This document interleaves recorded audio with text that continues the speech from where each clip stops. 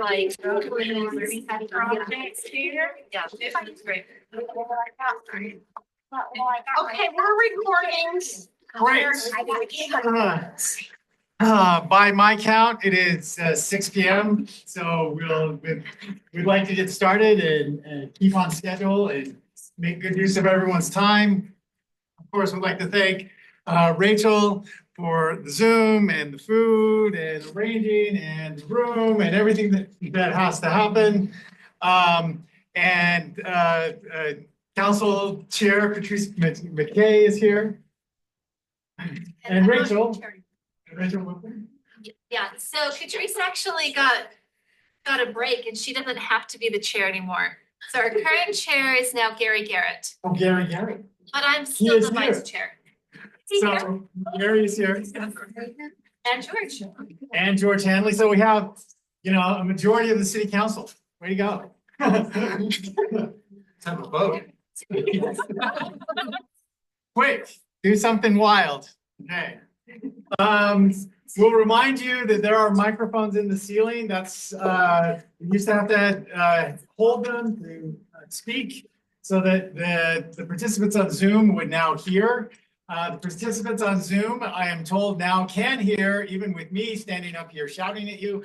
But also, as I have learned in other venues with microphones like this, other things can be heard on occasion. So just be conscious of that. That if you think you're having a private conversation sometimes and you just are trying to get over the din, sometimes stuff gets heard and will be on the recording. So just a helpful thing to keep in mind.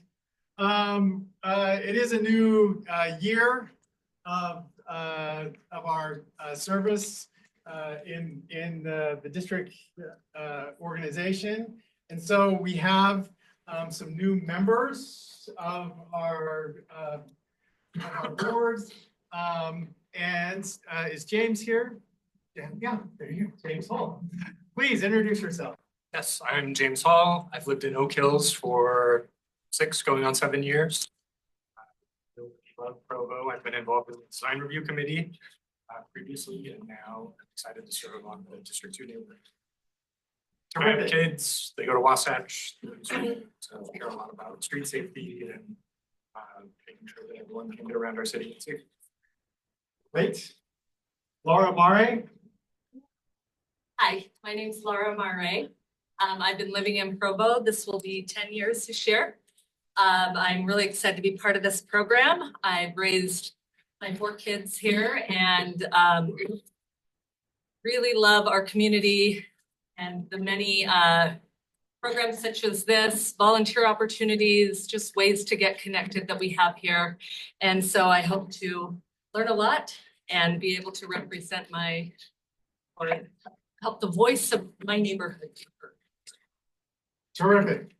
Another new member is Angie Carter. Hi, I'm Angie Carter. I'm in the Provost neighborhood. I've lived in the Provost neighborhood for 33-ish years. And I'm really excited to help develop the area and make sure that we can get some parks and amenities. And Hannah. Hi, I'm Hannah. I'm over Provost South. I've lived here for about 5 years. I'm excited to serve on the board and various departments in our city.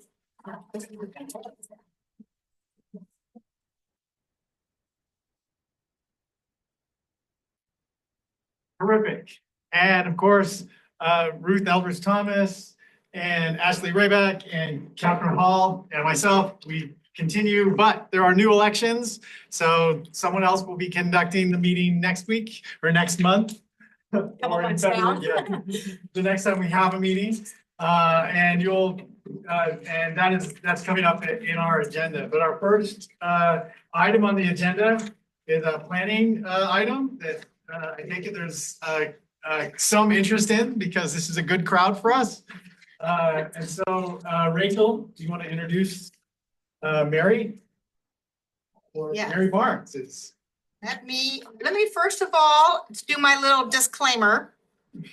So developers are not required to attend neighborhood district meetings. So we do want to take advantage of this time where we can speak to the developer. We're going to have Mary Barnes, which is a city planner, present the project. And then I think the developer is here. Okay, awesome. So the developer is here. And we want to make sure to be respectful. We want to make sure the developers keep coming to our meetings. So remember, this is our time to ask questions, to say what's the potential benefits or downsides? Why is this change better than what currently exists? And also, people always ask if we can request a development agreement. The answer is no, we can't request a development agreement, but we can say, how will you guarantee to address my concerns? And see if they offer one. But, and Mary is the person to go to if you have questions about this project. Her contact information is on the agenda.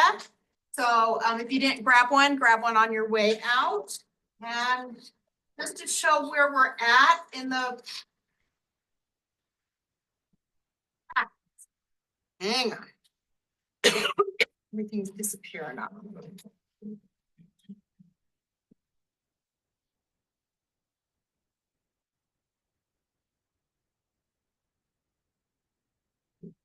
I'm trying to talk and run the computer at the same time. It's not going. And I have cards as well, if anyone wants them. And just to show where we're at in the process, Mary, please correct me if I'm wrong. They have finished all their department reviews. Is that correct? Not quite. We've Oh. just gone through the first review and we'll be working on our second one. Oh, okay. Okay, so what you see tonight might be different from what goes to the planning commission and the city council. So they're still in the review process. This meeting is very preliminary. It's where we can ask questions. And then after they're done with the review process, it'll go to the planning commission. There is public comment at the planning commission meeting. They make a recommendation. The final decision is made by the city council. And again, there's public comment at the city council meeting. Okay, Mary. Perfect. Okay. So this map, just to give a little bit of context of where this property is, to be pretty specific, this application that will be coming before the planning commission and city council is for a rezone. The applicant is wanting to change the current uses of the property outlined in red to something different so that he can build what he wants on that property, so he can build his project on the property. So just to orient us a little bit, there's that 7-Eleven on Slate Canyon and State Street and Lakeview Parkway just to the south of it. It's right near the Treeside Charter School and the LDS Church just across the street. To hopefully orient everyone up to where that is. It's a vacant field currently. That's a little bit, okay, perfect. All right, so right now the property is zoned agricultural and the applicant is proposing to rezone that to PIC, which is Planned Industrial Commercial. We just call it PIC. Different types of permitted uses in the PIC zone include things like restaurants, retail, services. It also includes things like light industrial, office, that kind of thing. Staff agrees with the applicant that this is a good zone for this area because of the different uses that are in the area, including kind of the more industrial things to the north and the west, and then there's some commercial right here with the 7-Eleven.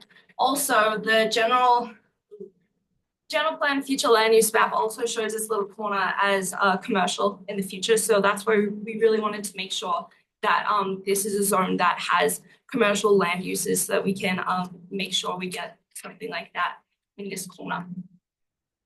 Let's see. All right. Oh, and I also wanted to mention that this rezone would also meet some of the general plan land use goals, including one to increase commercial and light industrial space throughout the city. And that's something that we make sure we check every time we bring a rezone before the city council. So this is the concept plan. Like Rachel explained, this is super preliminary and concept plans in general are preliminary. If this gets through city council, then the applicant will go through, spend the money, get civil architectural landscaping plans, And at that point, we'd probably come back here and then go to planning commission with the actual plan of what's going to happen. Concept plans are in conjunction with rezones just to kind of show everyone what could happen there if the rezone gets passed. Okay, so that being said, concept plans do show the general idea of what's going on. It may not look precisely like this when it actually gets built though. If you want to know what it precisely looks like, you'll have to come back. If the rezone gets, you have to come back to another one of these meetings where we have the actual project plan, if that makes sense.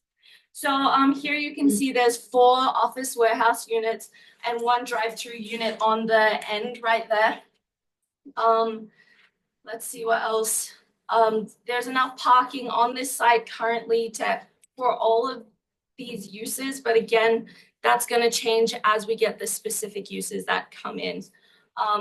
We just have to, throughout the concept plan, we have to make sure that it mostly meets what would be required here. Once we get to the project plan stage, that's when we get a little bit more specific. I've gotten some questions. I think this point, okay. I've gotten some questions about this little access in the corner. This is Treeside Charter School right here. Like I said, this is the first version of this plan. District meetings only really happen every few months, so we can't have developers wait every few months. That's why we're bringing this kind of unfinished plan before you. It's still going through the first review. It's not perfect yet at all. We do not want this access right here. Well, actually, it depends on what engineering says, but so far, this access most likely won't be here. It'll probably, if an access is required, it'll probably be moved to here to line up with this road that the Remington Commons apartment buildings will be using as well to come out, to the top here to that big driveway just north. Just saying, if that was anyone's question, that's going to be the plan in the future. Like I said, this is a preliminary plan. This isn't actually what's going to be happening. And it's also the first review of a preliminary plan. So it's even more preliminary. If that makes sense. But I just wanted to say that because there may be some concern with that specific access. Any questions, or can I ask for questions?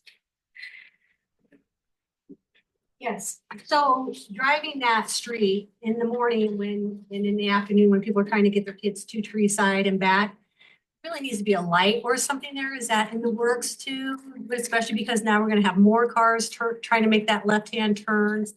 Right, makes sense. So that really comes through with engineering with Byrne. I'm sure everyone here knows that. He's awesome. But something that this applicant will have to do if they get the rezone is a traffic study. So he's going to have to look at how the traffic's going to interact with State Street. He's already in talks with UDOT on the different accesses to try and make sure it works out as, for UDOT and for everyone else, including, all those people who are going to be living there in the future when they finish construction. So I'm not sure Vern's probably the best person to ask for that, but a traffic study will be required and the engineers will look at that. Our project plan. Thank you. Stage, yeah, of course. Any other questions? Yes. I took a look at the 2015 future land use map. I know previously there was some things that said like they would rather have like a neighborhood shopping center in that area just to reduce automobile lines and that sort of thing. Is there a reason why we're looking to do industrial instead? Yeah, great question. So we did update the general plan in 2023, and it doesn't, in this new general plan, it doesn't go, so in depth into specific areas of the city. It just shows the future land use map, and then it shows different goals for the entire city. Is this okay? Cool, of course.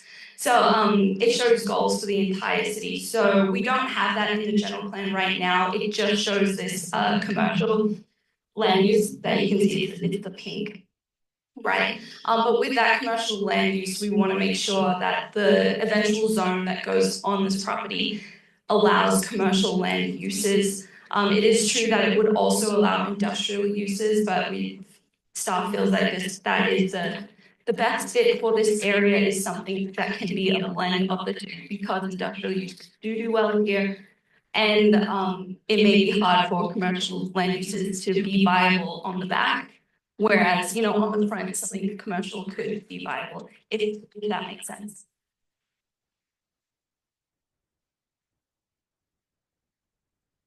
Actually, yes, there is. Have one concern about having industrial and extra traffic right there running against the elementary school. Do you have specific general concern? Exactly. Okay, that's totally fine. This kind of industrial use, well, the uses that are permitted in this zone aren't the heavy industrial, heavy manufacturing uses that are permitted in some of the other zones in this area. It would be more things like, let's see, I wrote some stuff down. Like, manufacturing of professional instruments is one of them. So like, for example, someone manufacturing hearing aids, or stuff like that. It's not the, it's not like, it's not heavy, it's meant to be light. That's why it's called planned industrial commercial. It's meant to be kind of a blend of everything, where maybe someone can be making it in the back but selling it in the front, you know, like a blend, an office warehouse type thing. The uses are specifically there to make sure that there isn't something heavy. If that's your main issue, then hopefully that answers that question. But if it's about traffic, okay, I'll just leave it. I'm really concerned about the blue line that goes to our property now that you've changed where it's going in and out by Treeside. That's a line of traffic where our students, that's where our students and our families leave the building. Does that make sense? So in front of where you say that Remington Commons, that line right there. Is this going to be used on a regular basis? Has UDOT approved an entrance and exit out to State Street? Great question. Like I said, this is a concept plan. We're still in the very preliminary stages of this whole project, and also just generally in the preliminary stages of the concept plan itself. So we don't know everything quite yet. A great place to go would be the planning commission meeting when this finally does go to planning commission, because we'll have a much more sound idea, and then project plan, you know, later on down the line, if the rezone gets approved, that's gonna be what is actually gonna be on the ground, right? So just prefacing that, we don't know exactly, but right now, the applicant is showing 2 accesses to State Street here and here. We don't know exactly if this access will be required by engineering. We just know that it always helps to have connectivity through sites. What if there's some type of emergency and this is blocked and the only way to get out is through this path, right? Connectivity is something that planners and engineers love to promote. Totally get that people use that as a carpool lane. It's also going to be used by the Remington Commons people who are living here. So it is going to get significantly busier just because of the fact that people are going to be living right there. And it is possible that customers, employees will be from here, would use this to come up here and turn left. That is completely correct. I mean, we can't, if there's an access there, we can't block off. We can't say, and if there's an access there and this property owner works with this property owner, right, and they have some type of agreement, then the city wouldn't come in and tell them, you can't do this anymore, just because people live on this little drive aisle and people are carpooling here. So in essence, sorry, I kind of got off topic, but there are going to be accesses onto State Street from this property. We would hope that the customers and the employees on this property would mostly use those accesses out. But if there was an agreement between the property owners and the engineers, felt that it was important to have a connection between this property and, you know, up here, out here, then yes, there would be a connection there. Okay, so I think I speak for everyone. We say we're really concerned about the safety of our students at Treeside. Remington Commons, even though they didn't do it a lot, they were coming through our access area with great big construction trucks, and you know, and I look like a crazy person going chasing them down and telling them they weren't allowed to bring in construction trucks to Treeside. So we're just very concerned, and most of the people here are from Treeside that are concerned about our safety of our students. Sense. And that's a great thing to know, and we can definitely take those concerns to the respective departments, make sure they're included as we go through this concept plan and rezone. Okay, I just wanted to add, I thought it was gonna be, I just wanted to add, because you mentioned customers or clients and employees primarily, hopefully using the access points off of State Street. I just, in my head, I'm wondering deliveries, is there a significant number of big rigs that are gonna be coming through, like, you know, to Rachel's point about the construction trucks, because the deliveries aren't just at the onset, it's the ongoing issue. Great question. So that's one of the reasons why there are, again, we don't know everything quite yet, but just based on this, you can see that like the trucks would come through here and it shows a turning radius to come all the way out on here. There's that access from State Street and they come around, they do their deliveries in the back. Right, and then they. But is that an existing easement onto that property? Because if I recall, there's no access onto that property from State Street currently. And is that something that needs to be approved? Yeah, so that's something that the applicant will have to talk to UDOT about and continue to work with them because we don't control that road. So you're right, there is no driveway there right now. That's because it looked like that, you know, since forever. But now that something's coming, is wanting to be developed there, the applicant can now work with UDOT and try and get these more solidified. Hi, my name is Dulce Benjamin, and I'm here representing the school too. I'm a teacher there, and I also live on Snake Canyon. So, two concerns. Of course, the first one, my classroom is just right there where I see those trucks, so semi trucks. I don't know if there's going to be trucks driving outside of you know, on the street where I park my car, and where I have students, kindergartners, first, second, third graders.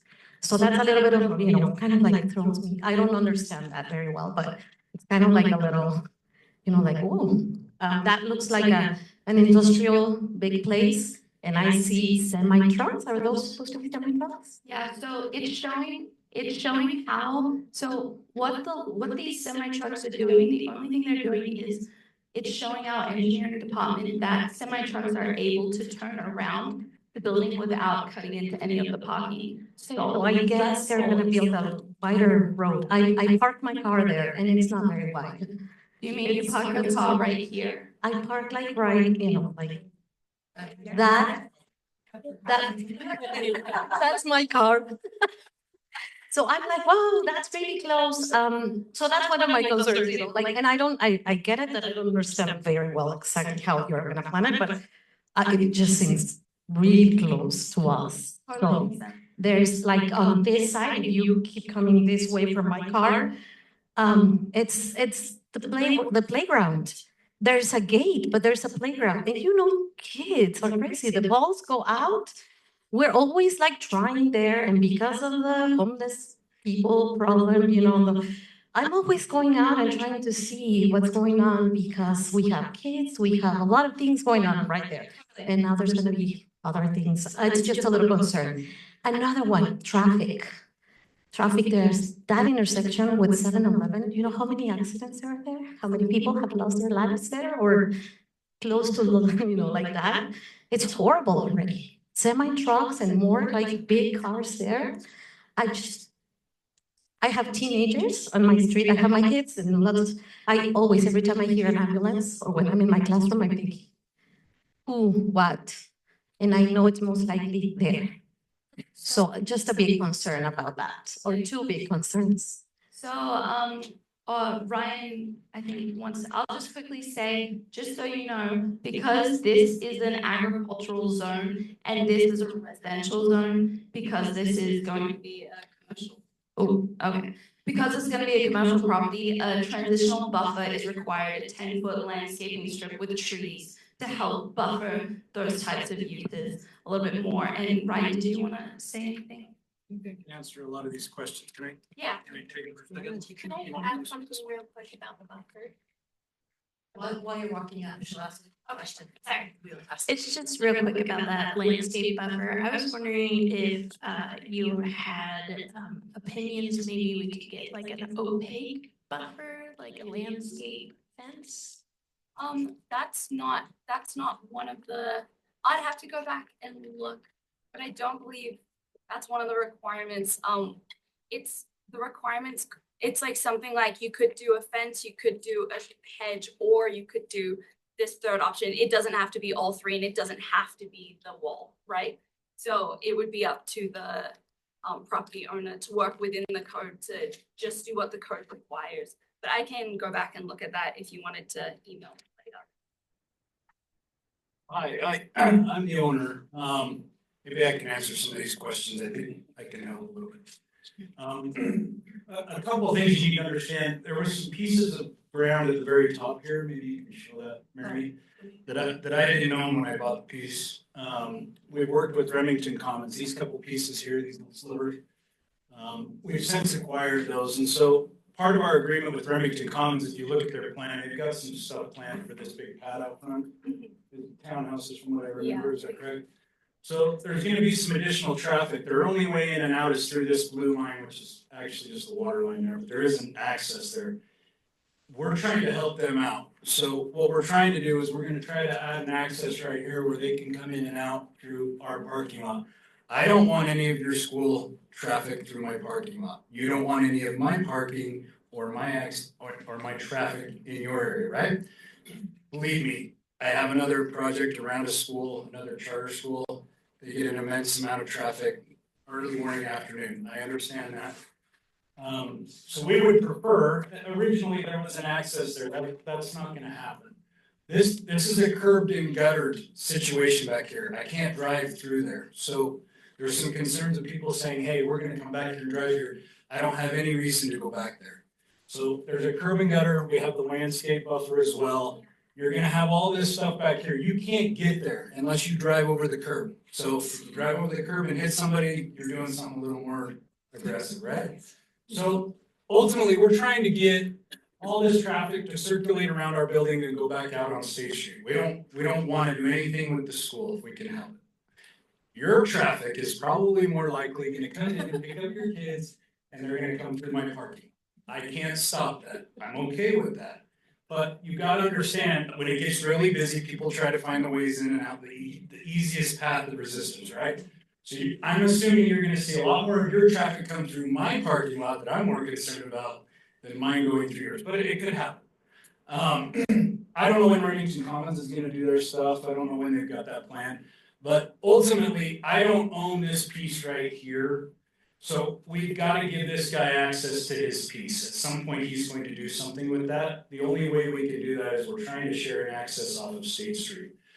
If we meet the distance that's required, UDOT will approve it. We've already talked to them, which we have. But there's a couple big telephone poles out here that we're trying to dodge as well. You can see the marks. So we're just trying to do the best with what we have to try to make it flow. If there's another stoplight that happens up at the other entrance, that may happen at some point, I don't know, but UDOT makes those decisions, not even Provo City, because it's a UDOT road. And traffic studies will fix that.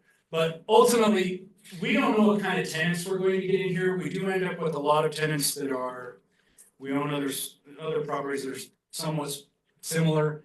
We end up with gyms, or we end up with a music store, or we end up, it's so broad. It's really hard for us to say, hey, who's coming? But we want to offer, some spaces. These could get smaller, they could get bigger depending on who comes in. We might get a Dollar Tree. I don't know. It just depends on what kind of people are coming in. But I think having a possibility for a drive-through and some other aspects, it could really help kind of lift that area.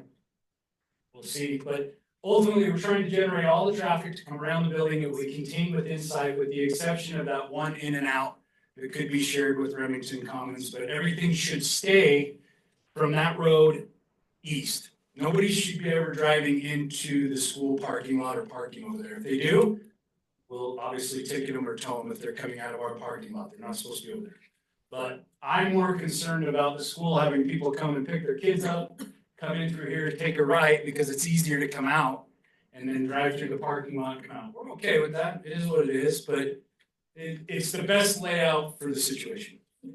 That maybe makes sense. And just so you know, gyms are not a permitted use.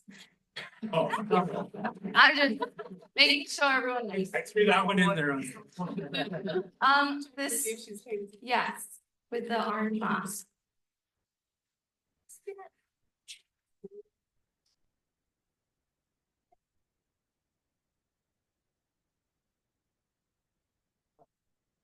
It's activated, you have to talk into it first.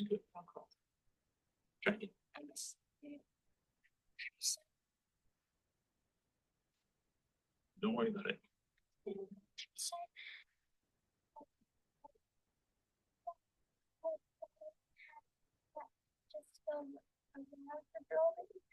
But still, sound is also a problem. In the tree side buildings, you can hear a lot of trucks as they go by. If you circle it around, I know that it'll be safer, but the sound will disrupt some of our students. It'll disrupt some of the studies that we students do. I don't really want that to happen. That was awesome. First of all, props to you for being brave enough to speak up. And that's a great concern to have, definitely. And I talked to. Can you restate the question? Oh, yeah, sure. So this a little. There was some concern with not just traffic and physicality, but the sound of this interfering with the school.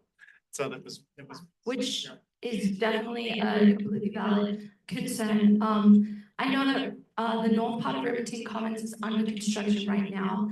Usually construction activities are very loud. That is definitely true. However, they are meant to be temporary. Eventually there will be people living there, and then you'll be dealing with the sound of cars, which I'm sure State Street is already, loud enough to hopefully drown out the sound of the people living in those in Remington Commons. With this property, there will in fact be sound during construction as well. You're definitely right, there will definitely be trucks during construction as well. However, afterwards, I mean, it really depends on the different uses that go in here, but I can't guarantee that there'll never be any sound and that there'll never be any trucks. But there will be less sound and less trucks than what you are experiencing right now with the construction. I definitely agree. We all have to try really hard to listen carefully, and that's what teachers are dealing with every single day in the classroom, where the learning doesn't happen. So yeah, that apartment complex is inevitable at this point, but this rezoned industrial commercial use that looks to be just 20 or less yards away from the actual building where learning operations are happening, that's not yet approved. And I'm just curious, how often have we in Provo rezoned architectural or agricultural padding for industrial use, commercial use next to our elementary schools specifically? So, technically, I'll just point out that the parking just on the west side, parking stalls are 18 feet long, and then that drive aisle has to be at least 24 feet. I'm not sure exactly what it is. And then there's another 18 feet, and there's that 10-foot buffer with hedges and trees. But this concept plan could change. There's not necessarily going to be parking there for sure. That's true, but there will always be that 10-foot, and the applicant just stated that he wants that truck circulation around, and you can't do that without having a drive aisle and parking back there. So I'm fairly sure that that will stay the same. It's more things like the drive access is gonna, well, if there's gonna be a drive access, that's gonna change, stuff like that. But you are right, this isn't the concrete plan quite yet. And I totally, your question was how. Yeah, how often have we rezoned that agricultural padding around elementary schools in Provo for industrial, commercial use? Have we ever done this before? I am not sure. That is a great question. I know that generally public schools are usually already in residential neighborhoods. This one isn't. It's right next to the railroad and State Street, which is a little bit, it's a little bit unique, but it is a charter school. I went to a charter school growing up, you know, and it was right next to a busy road because it's just not, hasn't been placed within the neighborhood when the neighborhood was getting built. So I can't think of any right now, but you're welcome to email me after this. We can talk about it more. Mary, if I could, Yeah. we're a little past time, but we want to make sure, so Mary actually isn't in charge of resolving. We're trying to gather so that when they go before with the other planning commissions and then before the city council, that they know maybe what the concerns are so that they can be prepared. So instead of, if there's anybody that has is there any other, so we have basically traffic, sound, sort of safety proximity. Is there any other concerns, Catherine? Are we, as a city, going to require that lovely sidewalk that we have on the opposite side of the street? That now that we have somebody going in, are they going to be required to add that? Do you know what I mean? Talking about that wider sidewalk downstate? Yes, they have to connect into, I wasn't on Remington Commons project, but they'd have to connect into whatever Remington Commons did and continue that down. Yeah. Thank you. Yes. I mean, and I don't know if this is the project, but as someone who bikes to work, Mhm. it's really hard to get over there because there is no sidewalk there. Mhm. So So that's a great reason for the project to go through is you finally get a sidewalk and bikeable area. the city could put that in without rezoning it to commercial. We could, but that's not something that's in our budget right now, and that's why we have lovely developments. Yes. Sidewalks. What I've heard from Vern is that whoever owns the property adjacent to the street, like parallel to the street, they're in charge of the sidewalk. That's what he told me. So, and also I had already asked UDOT and Vern about traffic lights, and they said that it's only going to be development driven. The one that they would consider hopefully soon is the 1460 South, which is north of what some construction is right now. But it's not a guarantee. It's just like, we just need there to be enough traffic to justify it. But I'm like, why not just make it safer now? Because it's so hard to get in and out of school. I also bike to it from the school. There's incomplete, they say the property owners are in charge of the sidewalks, but there's several properties further north that are missing sidewalks or they're not well maintained. And then the bike lane is a nightmare there too. So it's like, I would just really appreciate if that is taken into consideration with whatever is built, that the sidewalks are complete, well maintained, that the bike lane is respected, not like the place for the trash now. Totally get that, thank you. When I was on the Southeast Area Plan, we talked about this area at length. Just something maybe to pass on to the Planning Commission, that when we met with all of the residents and we looked at this area and we said, what would we love to see there? There was mixed use where there was retail with housing on top of it. This area in the Southeast Master Plan is actually designated as a possible legal batching overlay, where we talked about affordable we talked about increasing the density of the housing and actually making it so that we could increase occupancy for some of the young single adults in the neighborhood. This was prior to when Treeside was built. Treeside came in and it became a tremendous asset to the community, a community surrounding it that has well below 50% owner occupancy. So just something to consider, that when we talk about rezoning something to benefit all of Provo, how much does industrial that industrial unit benefit Provo, how much does that school and keeping the integrity of that school benefit the neighborhood? Because it is a selling point when we're talking about bringing families and stuff into that neighborhood, and anything to jeopardize that.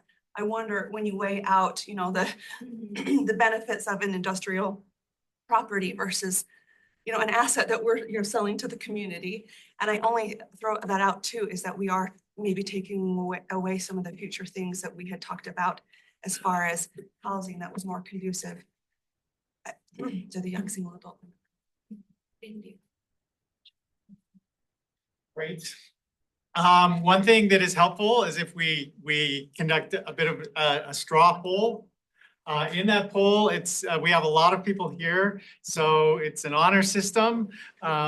It's not binding on the commission, it's not binding on the city council, but it's just sort of an opinion so that people know how much information maybe to, for the developer to get to think about, or how much information they need to get out, or it gives just sort of a light post in this planning process.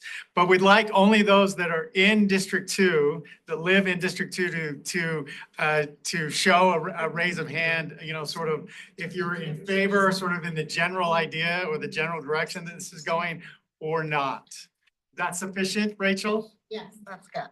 Great.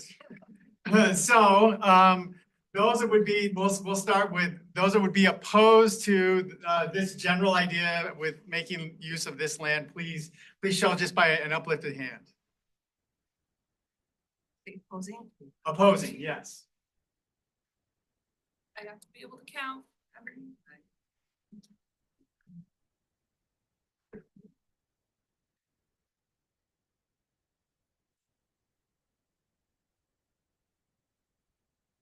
I count 11.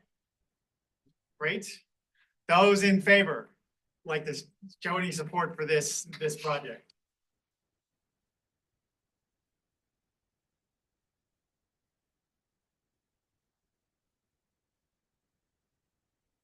Great. We get a good count? Oh, and I'm the counter. She counted. Great. Okay. Again, that's not binding. It just gives everybody sort of a feeling for those that care enough to show up at a meeting, what they think.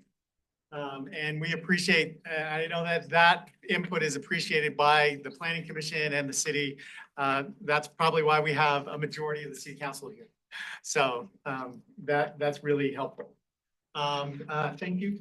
And thank you, Mr. Licky, and we appreciate you giving us, some insight into some of the thought that's going in there right now. We'll now move on to the topics on agenda number 3.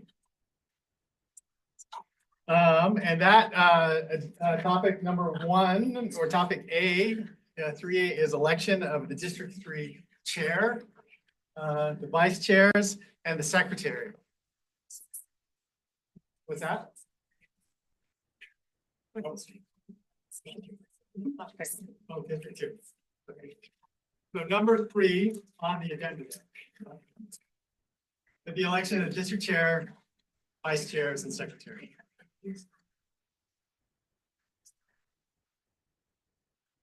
Terrific.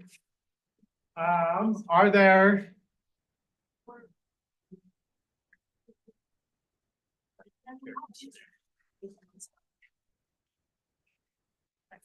I think they're counting the Zoom.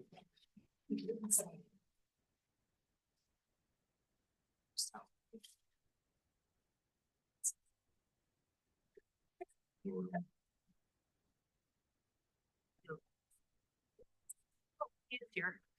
We didn't know he was here because he just sat. Oh, terrific. There he is. Oh, there he is. So,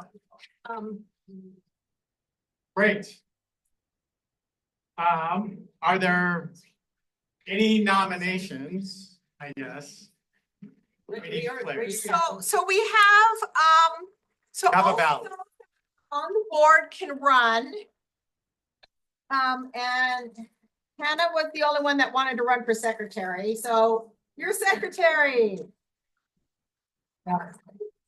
We do have three, nope, did we figure out? We've decided what. Oh, have you decided? Since there's only three of us, don't have to Yes. vote. Ruth is gonna be chair for this next year. I'll continue as vice chair and Kevin will be a vice chair as well. So we don't have to vote, so we can move on to the next item. Well, that was nice. Because there was only three of us running, so we could just decide what we wanted to do. Promise you this time of efficiency in the future. Terrific. Yeah, well, we could. Awesome, that's great. Okay, can everyone hear me okay? Or do I need a mic? You're fine. I'm usually pretty loud. Okay, so we have Vern Kiesler, our traffic manager, did a traffic study on Oregon Avenue. He is not able to attend, so he just wanted me to give the presentation. Okay, so here's Oregon Avenue here. And the functional classification is a local street. Here it is. And he always does the crash data for like the last couple of years. And 0 crashes have been reported between 2021 and 2023. And then he always does the crash location map. There's no crashes, so there's nothing on the map. And then the definitions, and okay, Vern has promised me he will stop using the green font. I know. I know. He promised me that in 2025 he would stop, but he did this one earlier, so I apologize. I'm so sorry. So on these definitions, the most important one is this 85th percentile. So that's the speed at or below which 85% of all vehicles are observed to travel under free-flowing conditions. So this is more accurate than an average speed. So that's the most important one in the definitions. And this is where he put the monitoring device to do the speed and volume. And then the speed results, and this was done in December. And it was done over a series of days, 76 hours total. The posted speed limit is 25 miles an hour.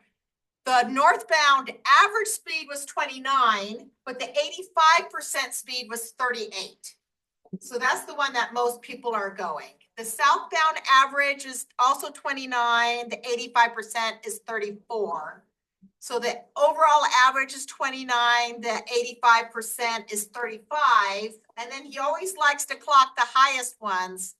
And they were in the 40 to 55 mile per hour category. Keep in mind, this is a 25 mile per hour street.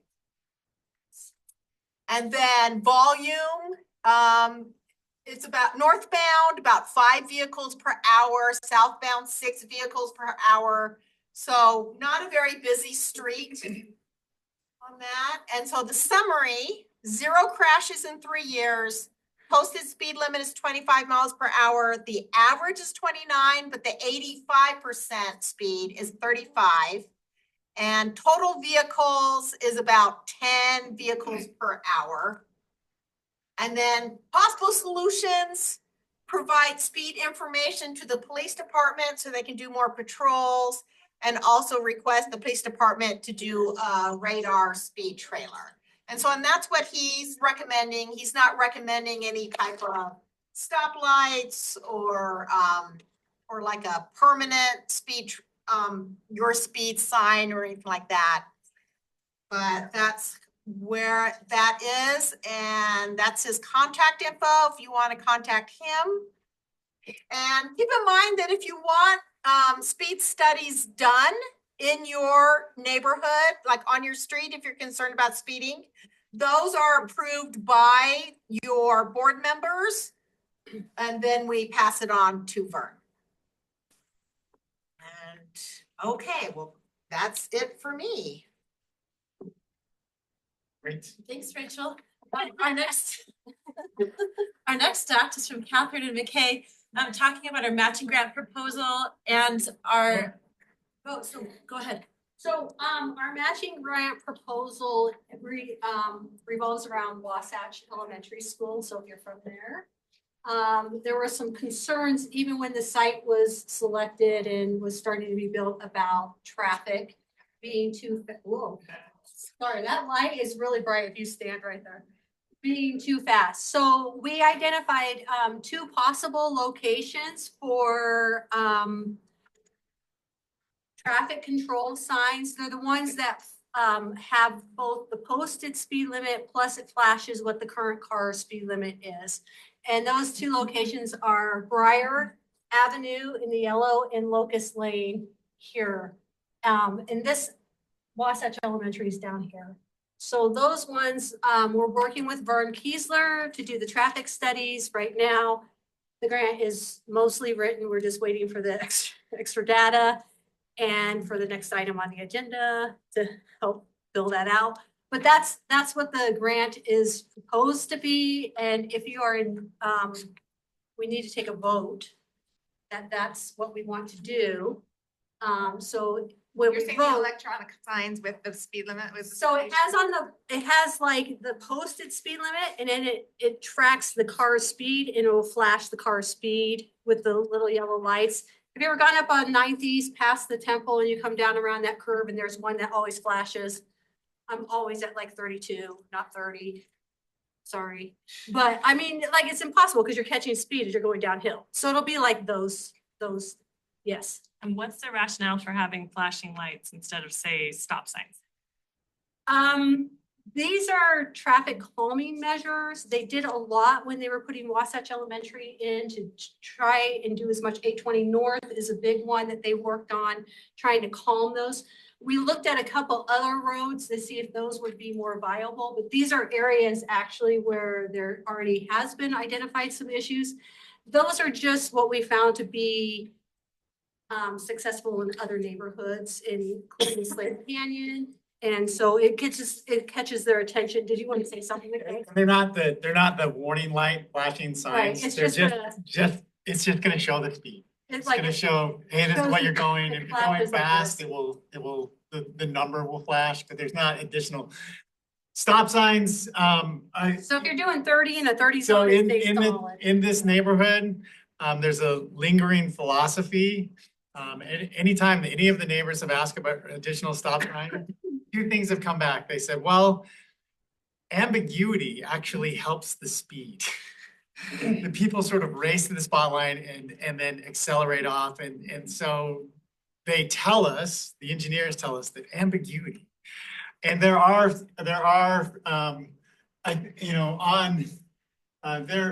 is actually, there is a stop sign in one of these directions. It's on Cherry. It's on Cherry. Well, there's a four-way there and then Locust, north, south. Yeah, and north and south, there's a stop sign, Locust. So this is through traffic. So that's one of the reasons why Vern is identified this is because, let's slow them down even before that intersection.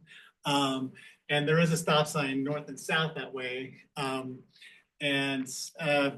My preference would be a little bit closer to the school, but anything, on that run, Vern is looking at these blocks past Maple. He said north of Maple would be appropriate. I don't know why, other things, for the benefit of the city council, I don't know if there's actually an ordinance just for signage for speed.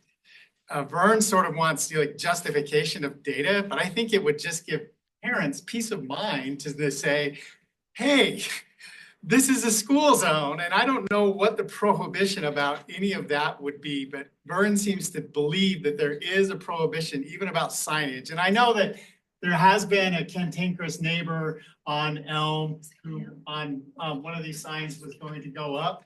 It was without that cantankerous neighbor said, don't cut down my tree. And then they said, oh, we'll find a different place for it. But then they never did. I was the cantankerous neighbor. That they were going to put one on Elm. And it wasn't a traffic study, it's just that there was a disabled child that lived on the street. I would think that any of the children that live on the street would be, justification. But if we could get some clarification beyond, Vern goes, no, I have to have the data to see that it's justified before you will even allow you to do that. If we're willing to bear the cost, I don't know, and we're finding a location that is does not have a cantankerous neighbor. And Yes. are these temporary or permanent? They would be permanent, like on 1450 East. 22 to 30 north. Yeah. Yeah, but they wouldn't run power. So one of the things in They're previous solar. years has been, we have to run power to it. Now they're solar and they just go. And it, from talking with Vern, the one on Briar, it's pretty clear that that one needs something. Locust, we're still looking for the data on that one, so I don't have that in front of me yet. So the two of us she lives on the bottom of, like, coming down from Briar, people come down really fast, and I live at the bottom, like, where Apple comes down and people are going downhill really fast, right where the school is. Yes. She was Which is off the map, yeah. I'm just wondering, are they doing traffic studies now that the school is open to see how fast people are coming down Apple? Yeah, so I don't know about Apple specifically. When we originally talked about this, McKay and I did, we did prefer to have this sign on Locust closer to the school. We were told no, they would Yeah, why is prefer it that? back here because they're already doing traffic calming measures down this way. I'm just wondering, are they monitoring the traffic that is happening? We can Or- request. So we can request That that, would be and one of the things that's great in requesting it is if you want to email one of us, what you're seeing, right? And I don't know if you guys know, District 2 has their own website. You can find our phone numbers, our emails, things like that. If you want to email us like, hey, during this time, or you're happy, you know, McKay, you can do it, but for anybody else, you can email us your concerns so that we can address those. But the traffic study that I've seen so far, Briar for sure needs some calming measures, and we're still looking at Locust.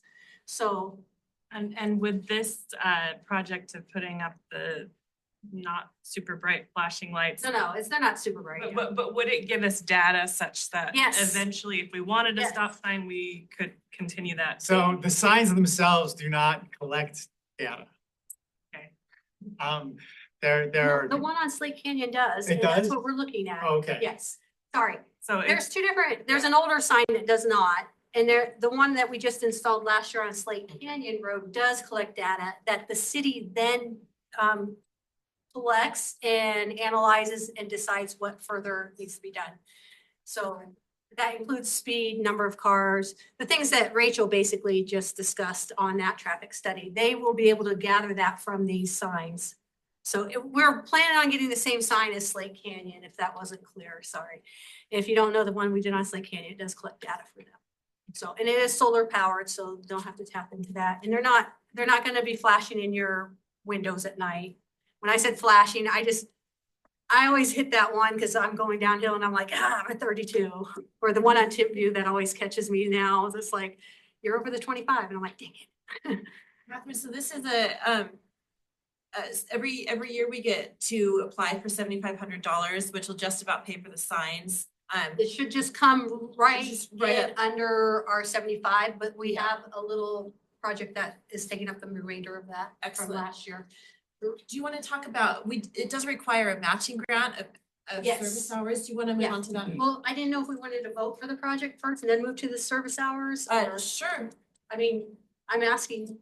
Is it a worthy project? I guess, yeah. Yeah, again, this is, as McKay explained before, this is kind of a straw poll, but it's something that we as a board will take, we'll be using the grant money or applying for the grant money for. So, a yays for in favor of this project?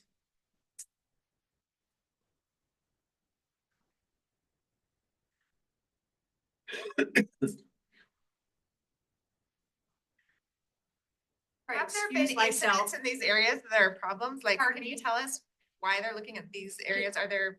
Well, we finish were the thing and looking then at we'll closer, we were answer your looking question at after we closer to finish. Wasatch Elementary, but again, they told us about the calming measures. so Right, we right, right. asked But them, anything specifically has happened in these areas? There's a lot of speeding concerns on Briar. Sorry, my kid was run over. I thought we were going east. I thought we were Yeah, done. we didn't. Oh, I'm sorry, the Um, nays. So, Sorry. could we, any nays? Okay, great, thanks. Sorry, Ruth. I No, that's apologize. fine, no problem. So when we were first looking around Wasatch Elementary and they decided that was not the appropriate place for it, we asked them, was there an appropriate place around Wasatch Elementary? It's a new school. We want the kids to be safe. That's this current safe route. Yeah. I think more than a negative thing, I mean, we know of Animains a few years ago was hit on her bike on Locust. I mean, there are things that happen there, but I think it's because the school designated this was the designated walking route was Locust. Was there the traffic? I feel like there was a monitor just down from your house a while ago. So there might be data on that traffic. We've done study, studies right? before Yeah. on that same spot. So, and Vern can pull up all past studies and look at those as well, So Ruth brought up a great point that anytime we apply for the matching grant, we have to have service hours. So I put out, I don't know if everybody on the board saw it, but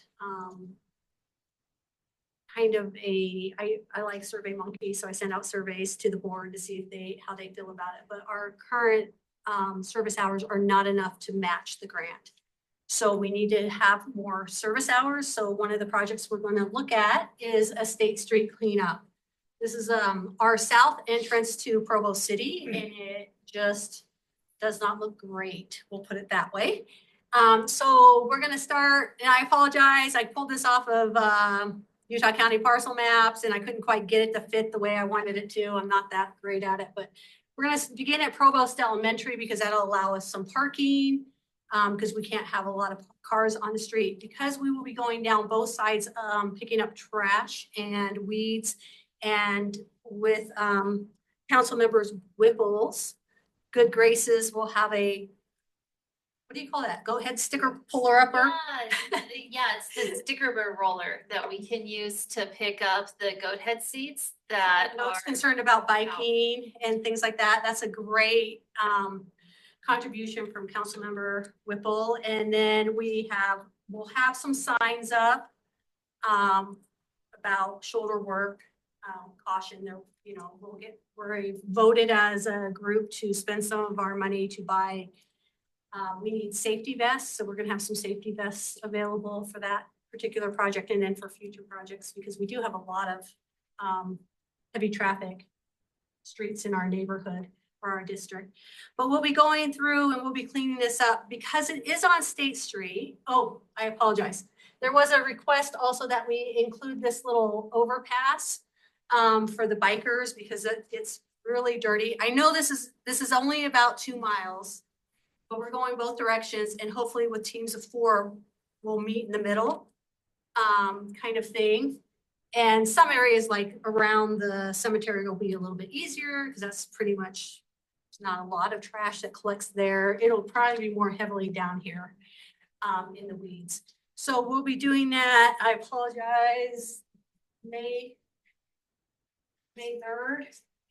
It should be, traditionally it's about 70 degrees in Provo, and that's probably the earliest we can do it without running into Mother's Day and end of school activities, things like that, but still warm enough to get out there and do that. But because it is on busy streets, we are asking that we have volunteers and that you commit to you can commit to 1 hour, 4 hours, whatever you want to commit to. But we need to get the commitments so that we can add those to our matching grant application. But we don't want young children, just for safety reasons. It's just not a good idea along there. But we'll be picking up trash and What's your definition?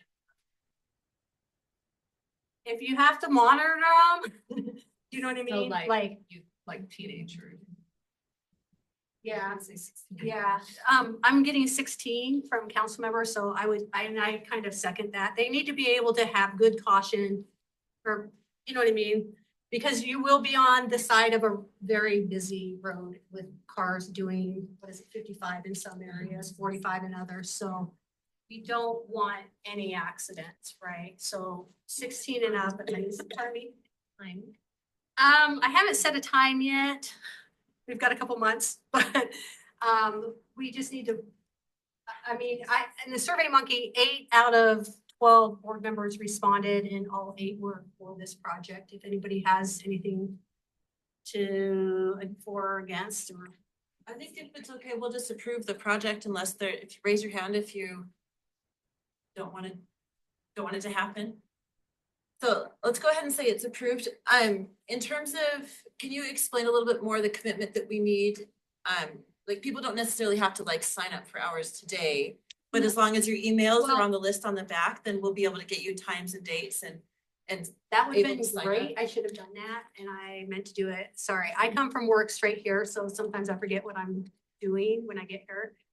So somebody reminds me. But yes, so here's the thing. Our grant has to be in by March 31st.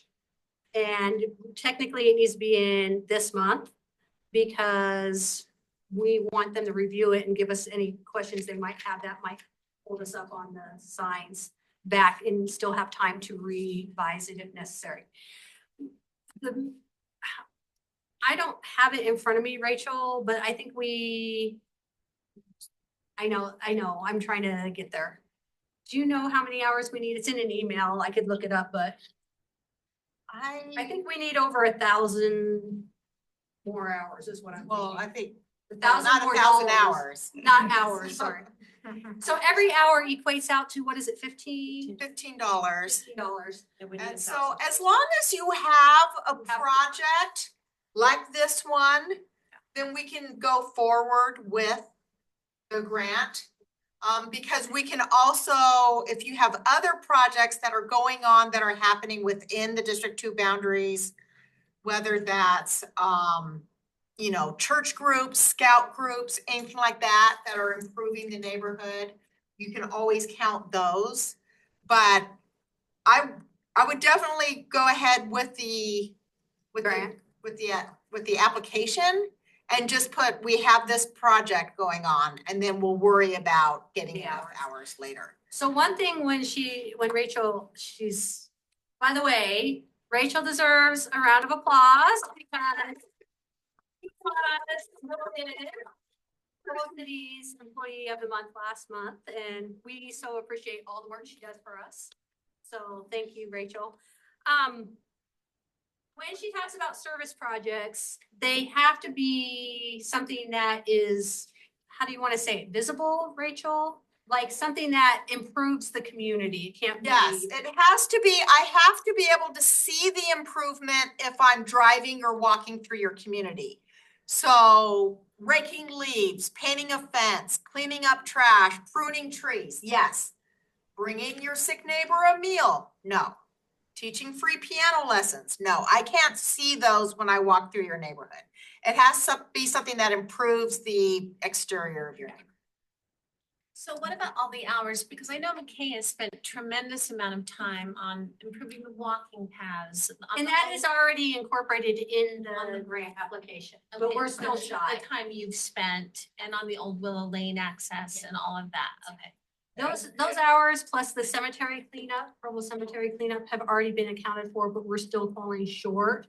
So every hour equates out to $15 an hour, and we have to, so if we're taking 7,500, we have to equate out to 7,500 in. So that's 500 service hours. 500, so.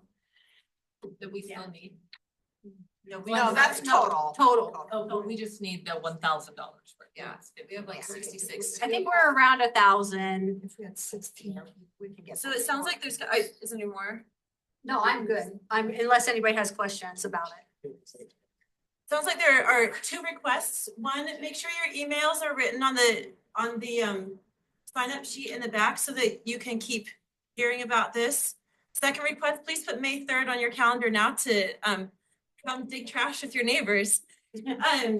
And third, if your scout troop or PTA group or youth project people are going to do a project like this in the next 6 months, please let us know so we can count it too. And actually, so you can count it for your community and we will know about it to help you count. And even past the 6 months, because guess what? We get to apply Next year. for it again in July. So. Question. So if I write down my email, every time I come to this meeting, I have to write it down every time I come to the meeting, or do you have it on a list already and I can quit writing it down? Rachel, do you Yeah, have their list? yeah, if you put it on, if you're getting the newsletters, the emailed newsletters for Neighborhood District 2, then I have it. Okay. So when you put your email, that's saying you want to receive the email newsletters. So once is sufficient if your handwriting is good. If not, you're gonna come back and do it again. Maybe we just want you back every meeting. There are the methods. Good, well, thank you very much for that and for all the work that you put in to do that on behalf of our communities. One of the great things about this board is that we end up working in each other's and for each other's neighborhoods, and it's something that I'm personally grateful for, and I think that we all are. We have at 7:10, so we're a little bit ahead. Did we already announce the chair sufficiently? Yeah, yes, Okay. I think we're fine there. Right. Out to sign. I'm still chair. 10 minutes. We have a few minutes for public comment. Rachel? I have a few public comments. I have the District 2 website up. So this is a brand new website. So Neighborhood District 2. On here, you have your meeting schedule. Here's you have your agenda. And then here's where you have your board members. And if you click on their names, this is super friendly for your phone. If you just click on your person's name, it'll go right to your email to send them an email. Is this part of the new Provo City app or no? Yes. So if you didn't know, Provo City now has an app you can download. But I wanted to make you aware, if you scroll down to this, what's planned for your neighborhood, I've added these alerts. So if there's any type of zone change or anything going on, you're gonna get an alert saying, hey, this is when it's gonna go to a public hearing, so you know when to go. And this is why I'm bringing this up. Public Works alerts, Apple Avenue, Locust Lane intersection improvements. So I'm keeping you up to date on what the city is doing in your community. So on Apple Avenue, Locust Lane, they're doing ADA ramps, crosswalks, bulb outs, storm drain, and other things like that. So you're going to be seeing that work being done. So those bulb outs will help do traffic calming there. And then traffic studies. So you can see all the ones that Vern has done, I've put online. So you can see what traffic studies have been done in your community, and you can click on them and read them with that horrible green font. And he tells me he's gonna change it. But it's all, I'm trying to put it all there on one page. Can you go back to that real quick? Yeah. Do you notice this last More one? speed sign data on Slate There you Canyon go. Drive. Yeah, Yes. so that's what those signs will do. Thanks. And the best way to reach this, like, can I just Google Provo Neighborhood District 2? Yeah, if you do, you should be able to do, Provo Neighborhood District 2. If you go on the city website and in the search bar, just do Neighborhood District 2, it should take you right there. Yeah. If it's working, so. Thank you, Rachel. You said a few, is that all? I have another one. For our summer meeting for District 2, I asked the board what date they wanted, and I have a tie. So are we doing August 6th, which is a Wednesday, or August 12th, which is a Tuesday? That's that first week of school. I'm wondering if people here have any opinions on which day they want to do. I think we have some board members that have commitments the first week of school. Okay. That might be difficult for them. I don't know, but if you prefer something else. I'm gonna be gone the first week. I'm gonna vacation clear till I have to go to school. That's And by me, I mean my children. So you're saying the first week of August? Vacation. August 6th or August 12th. Do residents have a preference on which day? Not the first week of school. After school session. Sounds like earlier in August. So August 6th? Yeah, those are our two options. Either This is the night August before. 6th or August 12th? Yeah, that's it. 12 for me. We vote. Yeah, Want to do a vote? this is a room vote, so anyone who's here. That's gets in to vote. District 2. Yeah. That's in District 2, one hand only. All for August 6th, which is a Tuesday. Just a Wednesday, actually. It's a Wednesday. August 6th.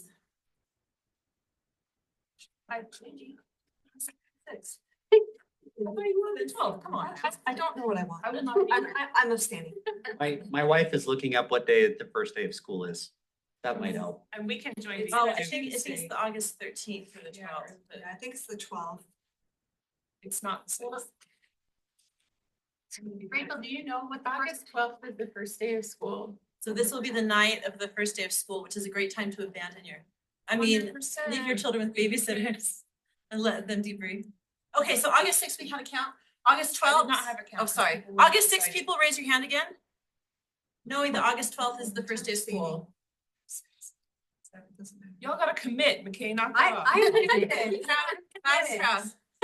Get it over. Okay, and August 12th? Well, it's because the. Don't tell me. It's tight. It's tight, even with the. I rescinded my August 6th vote because everybody's on vacation the week before school. Wait, so were you one of the 7 of the original 7? No. Okay. I'll change my vote.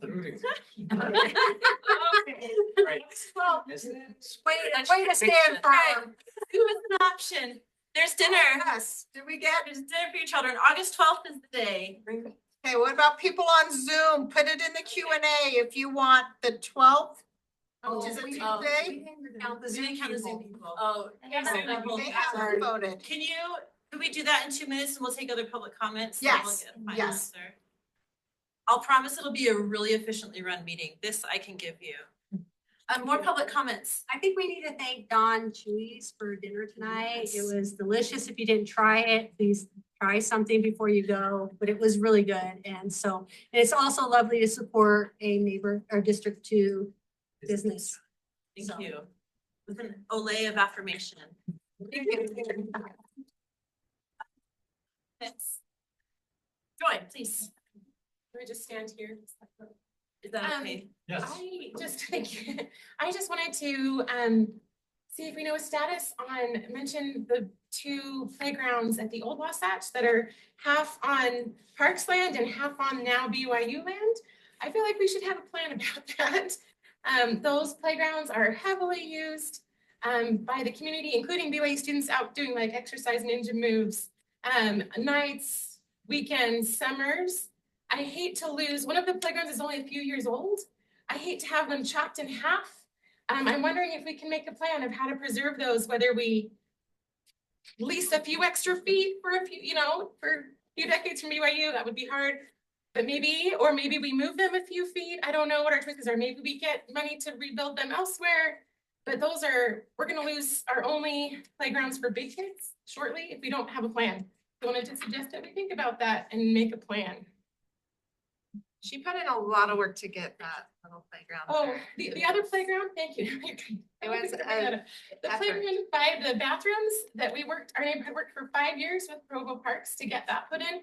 That was specifically for preschoolers. So that when you drop off your big kids at the old Wasatch 10 years ago and your 4-year-old has a meltdown because they can't stay and play on the really cool playground, they had somewhere to go and it was so happy. And that playground is constantly in use.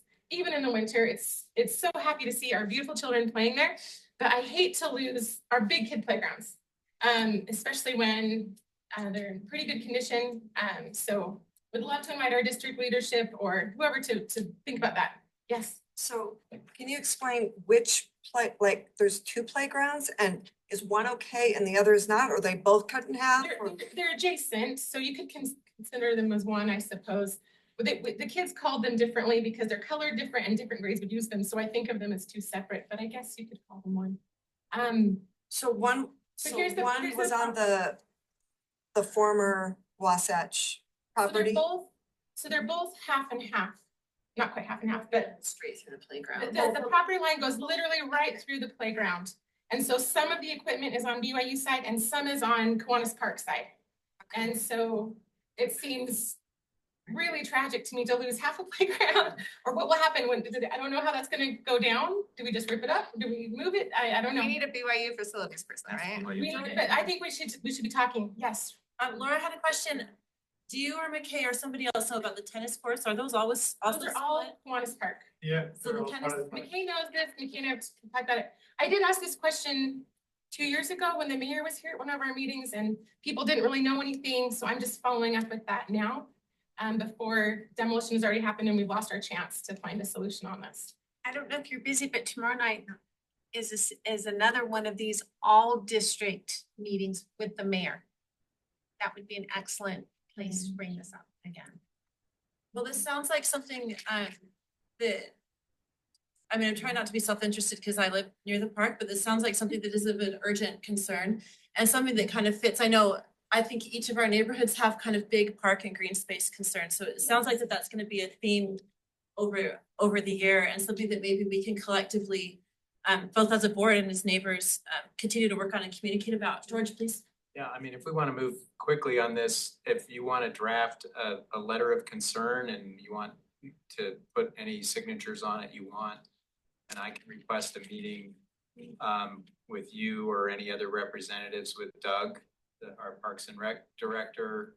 I don't know, it seems to me like this has got to involve BYU somehow. Absolutely. And I know their plans for that space are in motion, so it is probably pretty urgent that we find out what those conversations are, because I don't know, I'm not privy to those conversations, but Those conversations are always really weird about, so should they, and I do think it's urgent, but I think if we get in front of it. So I got really nervous when BYU told the school district, they said, oh, take whatever time you need. If you have construction delays, it's whatever, we have all the time. All of a sudden they said, January, you gotta go. You have to go. So they have a plan. The next thing that caught my attention is they told the school, do not remove the curtains from the windows. What? Anything that is attached to the building we've purchased, don't take it. I don't know what their plans are, but it seems like they want to use the building for a bit. It's their So- thing. I'm not arguing that. I think I'm they're just gonna use saying it for office So- space in the It's interim. expensive if you can. bring Yeah, it. so if they're gonna use the building, I think that if they were gonna do something with the building, a greater timeline, so I think there's time to negotiate, is what I'm saying. So, but what they're planning and long-term after that, I have no idea, but short-term was, don't take anything that's attached to the walls, we own it and we want it there.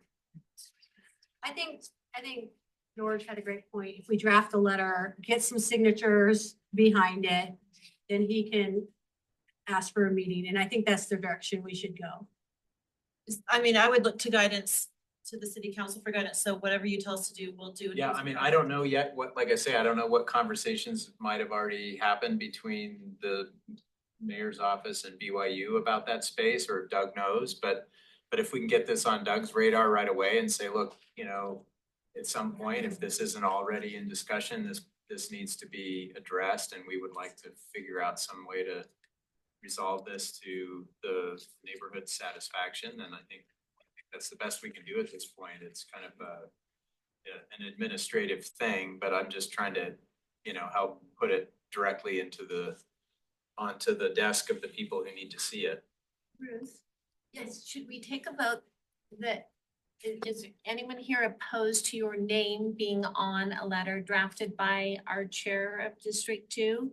And then, concerned parents absolutely included in all of that process, but if a letter came from us as well. Well, I would certainly want to show you the letter. Thank you, thank you. I would certainly show you the letter before we sign your name to it, and I would like to delegate the drafting of that letter to McKay and Joy on the spot in front of a lot of people. Great. Talk to me later about that, but since you two are kind of know the property lines well, I'd love to see if you could do that as quickly as possible, and then we can get our signatures and send it out to neighbors as well as soon as possible. I'd love to see that get going. Like I said, I think I check with Provo Parks to see what is already known or what discussions have already been happening, so. Sure, I know Doug's traveling this week, but I'll reach out to him right away and just let him know that this conversation has happened and we'd like to find out more. He may have some information he can just email me and then we would know. There might already be a maintenance agreement just for, playground equipment requires some maintenance. Obviously, the school district doesn't own it anymore. Well, we own, the school district doesn't own, so I'm not clear who owns the equipment anymore. So someone what I'm saying is, someone might have not even considered maintenance on the equipment at all. Yeah, Right now. and someone did already just email the council about it, like Oh, really? today or yesterday, so I'll just, why don't the three of us just stay in contact? I'll find out as much as I can right away from Doug, and then if we need to draft a letter, we can do that. Otherwise, I can just let you all know what I find out. Thanks, Rich. And I'm open to creative solutions. I just think we're about to have a missed opportunity, so let's not. So, Yeah, thank you. and I think from the community, any questions or observations that you might have that we can put into that letter. I know I personally take pictures. This is creepy sounding. I like to document the use of the playground by adults of whom I sometimes take pictures from very far anonymous ways. You can't see there. That got worse, but if you have observations about the heavy use of the playground equipment or of Kiwanis Park in general, that would be help. Go ahead and email that to us, and we'd be happy to add that information to the letter. I'm kind of imagining it as sort of, like I said, observations and questions and in hopes of finding a solution that works for everybody. So thank you for bringing that up. We're 4 minutes away from the meeting. Any last public comments? Rachel? We had 2 votes, August 12th. August 12th. Okay. Our in 2 meetings away, our next meeting will be on Rachel, on April 30th. April 30th. There was another comment. Okay, yes. Yeah, I have one comment. It kind of goes back to just the District 2 and the tree side thing. I'm actually a real estate developer as well. I'm working on 600 acres out in Grantsville. One thing, all my concerns were taken care of. I think it's a great idea and everything out there, especially because those weeds are such a fire hazard when it gets hot and dry. My concern though, and something to be in consideration, is the storm drains out there. When a couple of years ago, the school flooded. And we need to do not just a traffic report, make sure that a percolation report is done, because I don't know where the water table is at there.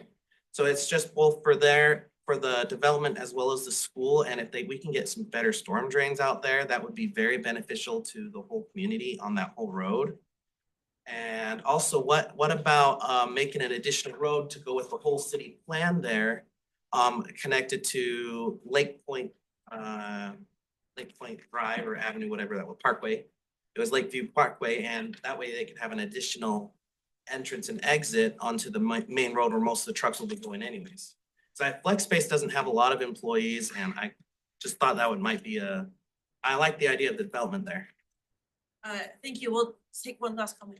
I also was waiting till the end to be respectful of all the District 2 residents' time, but I'm in opposition of the plan. My own son has found a special place at Treeside after struggling at other schools in the valley, and he is autistic, ADHD, high energy, good at climbing. He's climbed that fence that's right next to the proposed development, and if not for the fact that there was nothing attractive to him other than the agricultural zoned area that's just a field, he could have ended up in the future construction site that we're considering allowing to happen, or the whatever industrial stuff may happen there. And what we see right there, those are great parking lot buffers, but that's all just a concept. I doubt we really have a lot of code that lets us control how we can protect children in neighboring lots to this once it's actually rezoned. So for our council members and for our residents, please think about how this school is enriching Provo and your neighborhood, and how that agricultural zone is really a buffer that's protecting these children there, and how that will be lost if we allow industrial and commercial development to happen just 20 yards or so away from a building where children are trying to learn. That's a language class that they're learning there. And we saw how brave that child was to speak and give his opinion. And he's the one who's actually facing the challenges of trying to learn there. And he was concerned about the volume. And we all saw how hard it was to listen to him and give him the floor. And the teachers are working with that every day. And if there is semi-rigs, as I saw in the concept plan, or other industrial manufacturing type operations happening next door to this school, it's really going to hurt these children's ability to learn and succeed and enrich our community. Rachel? We've got 2 comments online. One is there a plan for the abandoned student housing building on 9th East south of the old Wasatch Elementary that they wanted to build a much bigger student housing. I think we're all wondering that. And the next one is, does anyone know what BYU is planning to do with the old Wasatch Elementary School? No, we don't know. We don't know. I spoke to Shane Reese about it 2 weeks ago, and the answer was either 5 plans or no plans, so no. Okay. But there are rumors of interim use of office space while construction programs happen on campus, but those aren't, I can't personally. But watch this space. It is a zoned for public use, so it is something that will certainly come up in this meeting in an informational way, at least. As a point of just understanding kind of what these meetings are, and Rachel, stop me if I speak blasphemy, but everything that's said in these meetings is recorded and goes in a report that goes to all the relevant city offices. So this is while we don't necessarily have answers, we don't work for the city. This is a great place to make sure that your voice gets in a written report that goes to the relevant officers. So that is something that we can offer as a benefit of coming to these meetings. And so just in terms of process of things that you said, that's what's going to happen. The things to the comments that were made here today, and certainly there are things that we as a board will take into consideration in terms of priorities for how we move forward. We in no way replace your ability to go to planning commissions or city council meetings or anything like that and make your own voice heard. We just hope to be, well, our rules are that we can kind of be another pathway to communicating with the city council and other areas of the city, and that's kind of what we hope to be. So with that, unless there are any final comments that can be done in 30 seconds or less. Well, thank you all for coming, and we'll adjourn the meeting until April 30th. And again, after that on August 12th.